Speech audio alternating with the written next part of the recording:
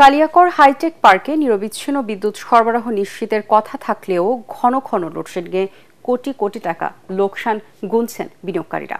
ভুক্তভোগীদের অভিযোগ, কোনো নোটিশ ছাড়াই প্রতিদিন 1.5-2 ঘন্টা লোডশেডিং দেওয়া হচ্ছে। এতে প্রচুর পরিমাণ কাঁচামাল নষ্ট হচ্ছে এবং চাহিদা অনুযায়ী পণ্য উৎপাদন করতে পারছেন না তারা। মনির হোসেন তপুর রিপোর্ট। নানা প্রতিশ্রুতি দিয়ে কালিয়াকৈর হাইটেক পার্কে বিনিয়োগের জন্য আকৃষ্ট করা হয় ব্যবসায়ীদের। নিরবচ্ছিন্ন বিদ্যুৎ পাওয়ার কথা থাকলেও শুরু থেকেই লোডশেডিং এর কারণে ক্ষতিগ্রস্ত হচ্ছেন তারা। এই মুহূর্তে আমাদের প্রোডাকশনের এত পরিমাণ চাপ যে আমরা রাত 3টা শিফটে আমরা অফিস চালাচ্ছি, কিন্তু আমাদের এই বিদ্যুৎ না থাকার কারণে আমরা প্রোডাকশনটা প্রপারলি দিতে পারছি না। কাস্টমার থেকে আমাদের কাছে অভিযোগ আসতেছে আমরা কেন তাদেরকে প্রোডাক্ট দিতে পারছি না, বাট আমরা তো দিতে পারছি না বিদ্যুতের জন্য। কারেন্ট চলে গেলে আমাদের হঠাৎ করে আপনার যে র মেটেরিয়ালটা চলে, র মেটেরিয়ালটা 1 টন মতো ওয়েস্টেজ হয়ে যায়।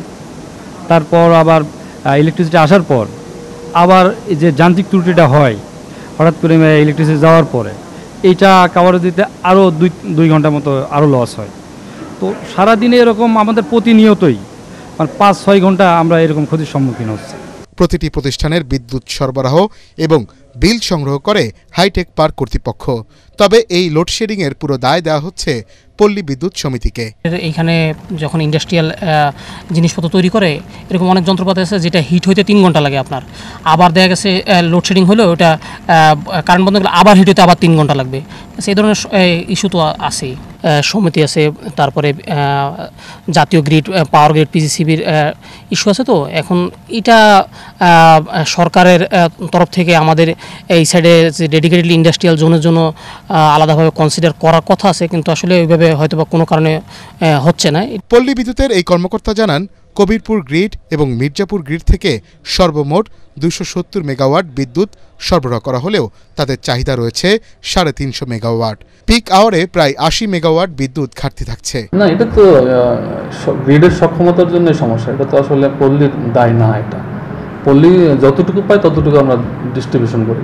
কবিরপুর গ্রিডের সক্ষমতা সমস্যার জন্য এটা হচ্ছে। এখন নবীনগর গ্রিডটা চালু হয়ে গেলে তখন হয়তো এই সমস্যাটা কমে যাবে আর কি।